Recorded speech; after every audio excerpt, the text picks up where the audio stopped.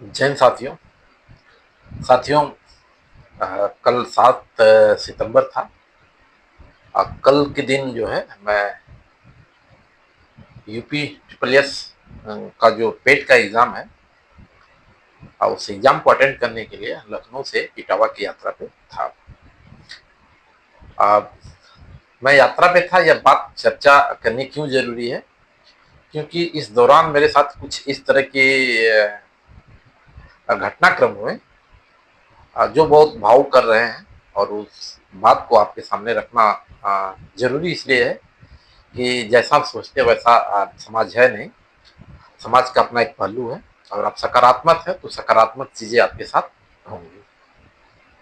मुद्दा मेरा यही है, बाकी कोई विशेष इसमें नहीं है। साथियों, मैं जब लखनऊ से इटावा की यात्रा Agra expressway Lucknow to Agra expressway से होके गया, तो मैं इटावा के आसपास एक ऐसे कट पे मुझे ड्रॉप किया पिकअप ने कि पहले मुझे लगा कि वहाँ से साधन मिल जाएंगे, क्योंकि सेंटर मेरा जहाँ मैंने एक्सप्रेस वे पे जहाँ पे उतरा मैं, वहाँ से तकरीबन मेरा सेंटर 29 किलोमीटर की डिस्टेंस पे था। और जब मैं एक्सप्रेस वे से नीचे गया तो मेरे साथ ऐसा हुआ कि वहाँ पे जाके मुझे पता चला कि यहाँ से गाड़ियाँ बहुत कम मिलने के चांसेस हैं, और ऑटो मिलते हैं तो काफ़ी लंबे ड्यूरेशन लगते हैं। फिर मैंने ओला उबर सारे ट्राई किए, लेकिन ऐसा कोई ऑप्शन वहाँ पे नहीं था। और तकरीबन 1 बजने वाले थे, और मेरी जो धड़कन वो तेज हो रही थी कि मैं एक लंबी यात्रा करके आया हूँ, ये जर्नी जो रही है, और अगर एग्ज़ाम मैं अटेंड नहीं कर पाता हूँ तो ये मेरे लिए ठीक नहीं होगा, क्योंकि मैं समय से निकला और उसके बावजूद भी थोड़ी सी गलती की, मतलब एरिया का जो जजब नहीं कर पाया कि मुझे कहाँ होना चाहिए था जो है।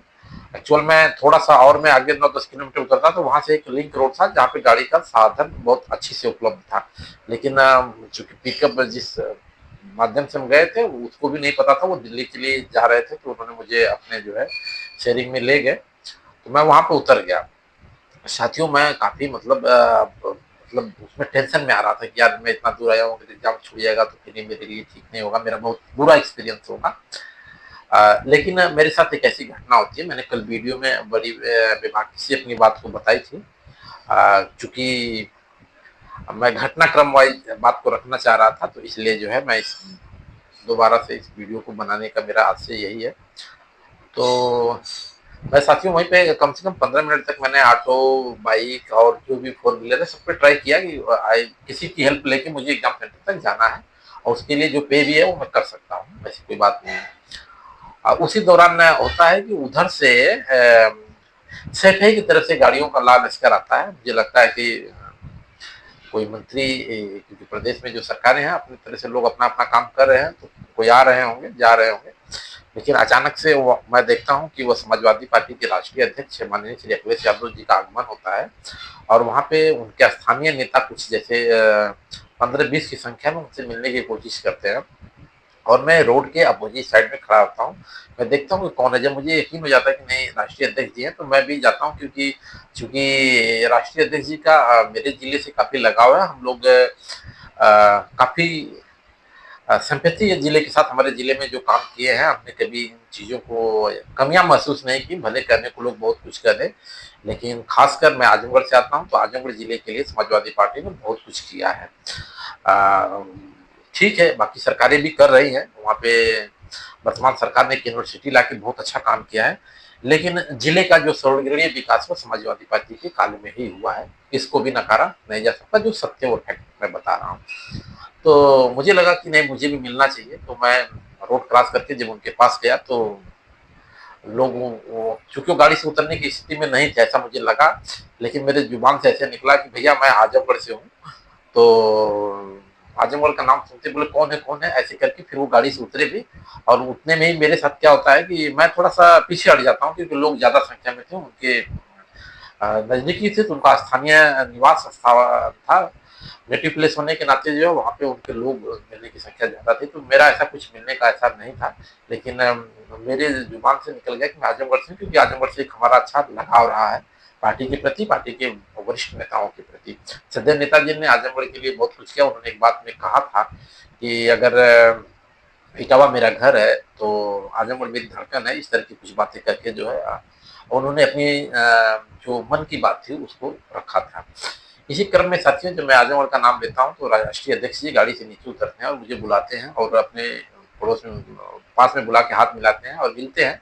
और बड़ी शालीनता से मुझे एक चीज़ पूछा कि कहाँ से हो, और तो मैंने बताया कि भैया मैं सदर विधानसभा से हूँ और मैं पूर्व सैनिक हूँ।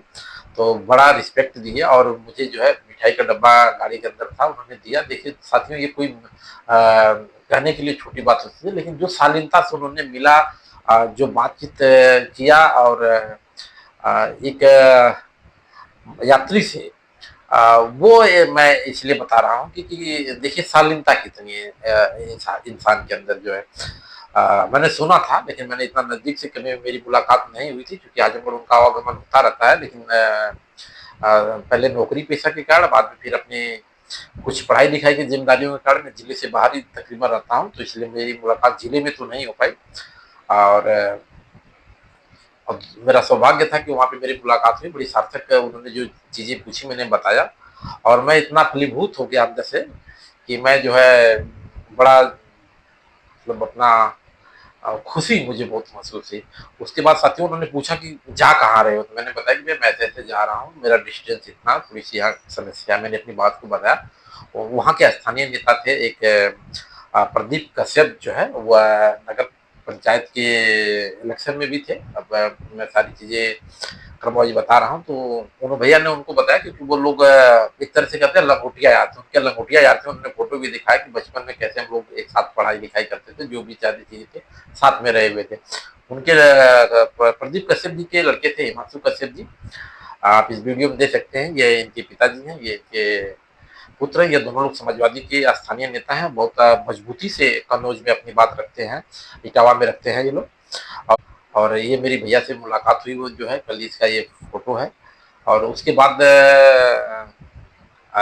माननीय अध्यक्ष जी जो है लखनऊ के लिए वहाँ से निकल गए, वहीं से तुरंत आगरा एक्सप्रेस हाईवे के थ्रू, और मुझे फिर जो है ये हिमांशु कश्यप जी और उनके पिताजी जो अपने गाड़ी से एग्जाम सेंटर तक पहुंचाने का कार्य करते हैं। मैं इस चीज़ के लिए उन लोगों का बहुत मतलब धन्यवाद देता हूँ कि कैसे लोग मदद करते हैं। साथियों इसका बताने का उद्देश्य ये है कि आपके अगर क्षेत्र में कहीं दूर से कोई आता है, अगर आपसे हो सकता है तो आप उसकी मदद करें, क्योंकि यही आदर्श होता है एक दूसरे से सीखने का। और ये एक बहुत अच्छी पहल थी, मुझे बहुत अच्छा लगा, मुझे बड़ी खुशी हुई। नहीं अन्यथा मेरा कल एग्जाम छूट जाता क्योंकि मैं जिस पॉइंट पे खड़ा था वहाँ से आवागमन बिल्कुल कम था और वहाँ के पब्लिक भी नहीं थी वहाँ पे कि मैं किसी और से हेल्प ले लूँ।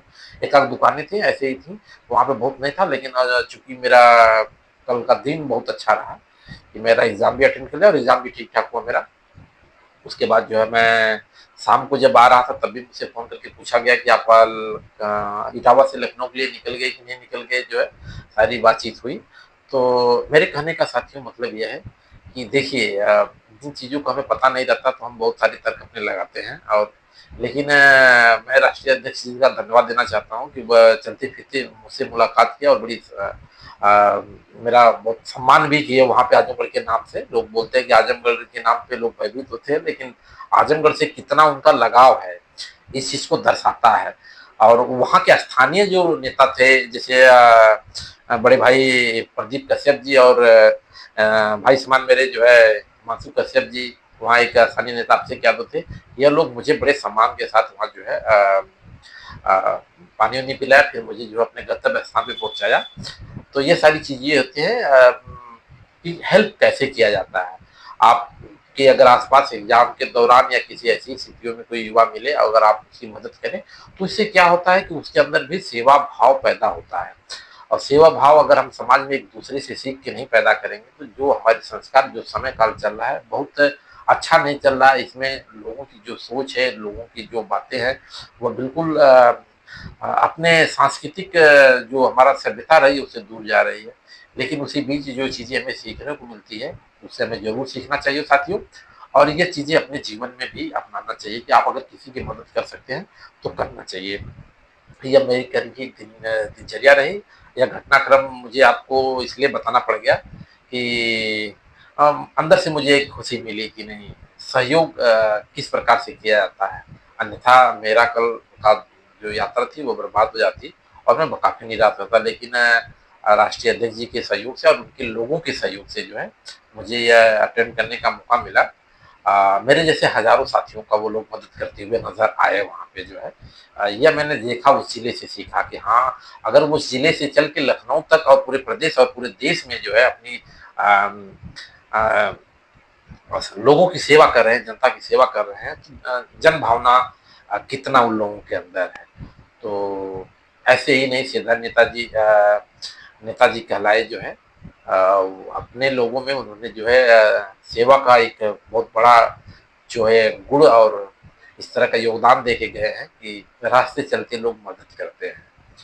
तो साथियों ये रही मेरी कल की बातचीत और आई होप कि आप लोग बहुत अच्छे होंगे और स्वस्थ होंगे, मस्त होंगे और आप जिस भी मिशन में काम कर रहे होंगे अपने मिशन के प्रति अर्जुन की तरफ मछली की आंख की तरफ आपका निशाना होगा। क्योंकि मैं जब भी युवाओं से मिलता हूँ आजकल मेरी बातें मैं पढ़ाई लिखाई पे और रोजगार पे कई तरह की चर्चाएं करता हूँ।